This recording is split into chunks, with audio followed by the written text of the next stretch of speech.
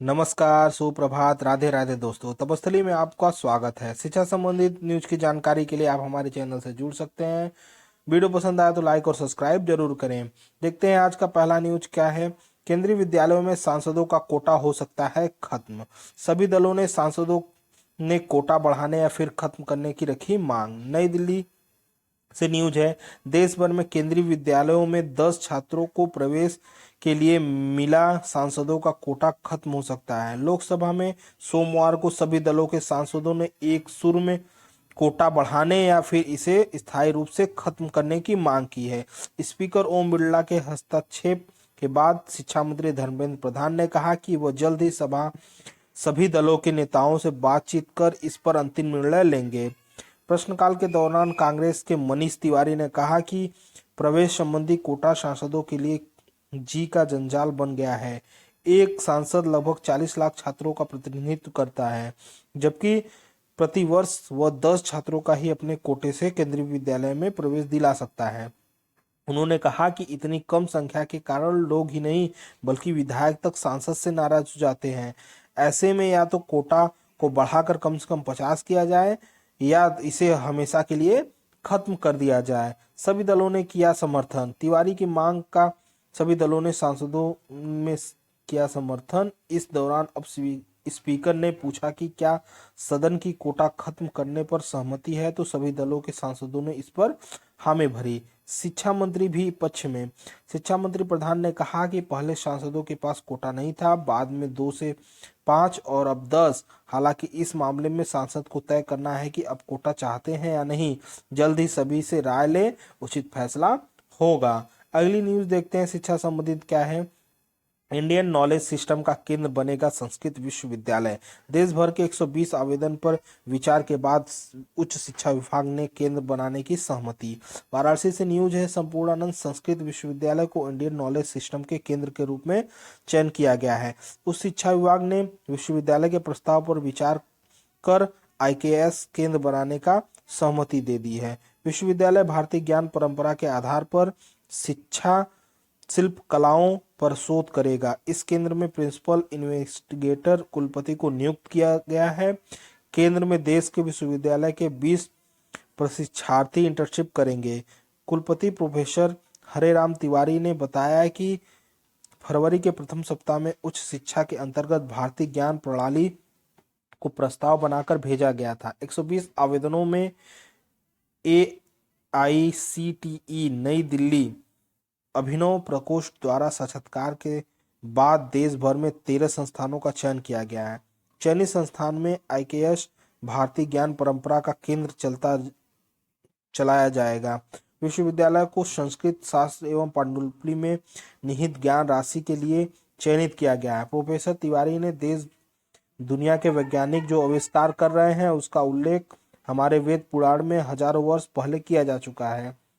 ऋषि मुनियों की ज्ञान परंपराओं को वैज्ञानिक रूप देने के लिए उच्च स्तरीय अनुसंधान की जरूरत है। आईकेएस की स्थापना का मुख्य उद्देश्य भी यही था। उन्होंने बताया कि विश्वविद्यालय के सरस्वती भवन पुस्तकालय में पांडुलिपियों के रूप में बौद्धिक खजाना संरक्षित है। ब्राह्मी, देवनागरी, मैथिली सहित विभिन्न भाषाओं में पुराण, ज्योतिष, तंत्र शास्त्र, मीमांसा, योग, आयुर्वेद सहित अन्य विषयों पर हस्तलिखित दुर्लभ पांडुलिपि मौजूद है। इन पर शोध की जरूरत है। इंडियन नॉलेज सिस्टम का सेंटर खुलने से भारतीय ज्ञान परंपरा की ओर बल मिलेगा। इस शोध परियोजना का मुख्य उद्देश्य भारतीय ज्ञान परंपरा पर आधारित अनुसंधान को आगे बढ़ाना है।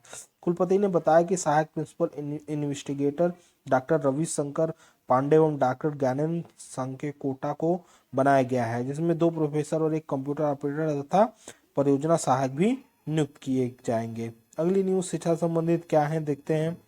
परिषद विद्यालयों की परीक्षाएं आज से पर नहीं मिलेंगे प्रश्न पत्र। लखनऊ से न्यूज है। परिषद विद्यालयों की कक्षा 1 से 8 तक वार्षिक परीक्षा मंगलवार से शुरू हो रही है।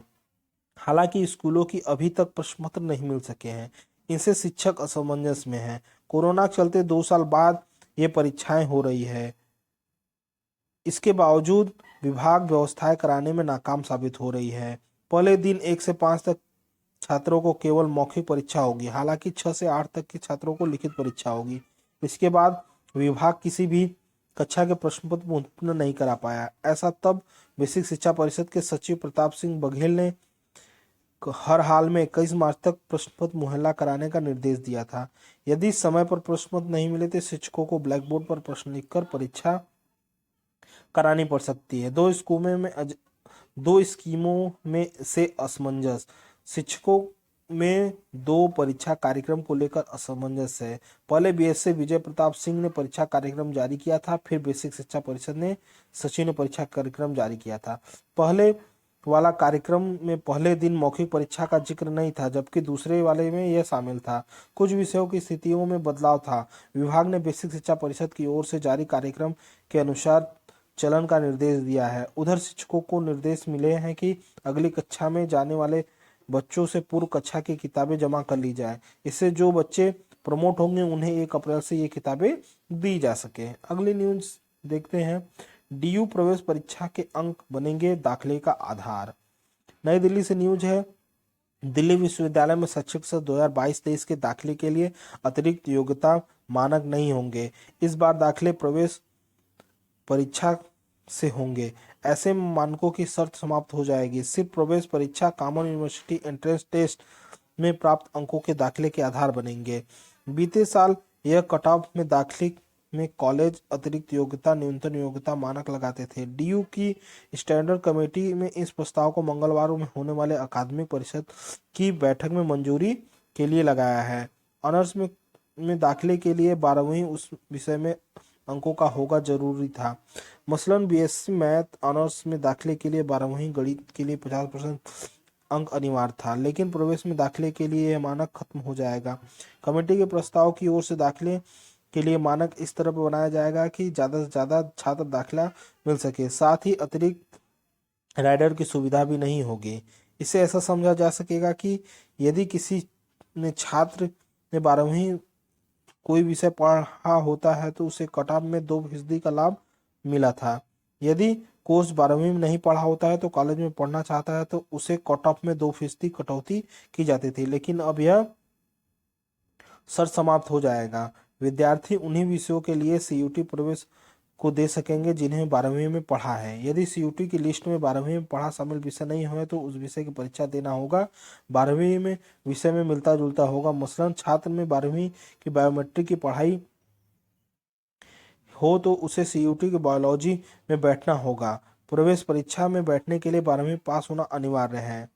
ये थी न्यूज शिक्षा से संबंधित। जो आपको पसंद आए तो लाइक और सब्सक्राइब जरूर करें और शिक्षा संबंधित जुड़ने के लिए हमारे चैनल को सब्सक्राइब करें। धन्यवाद।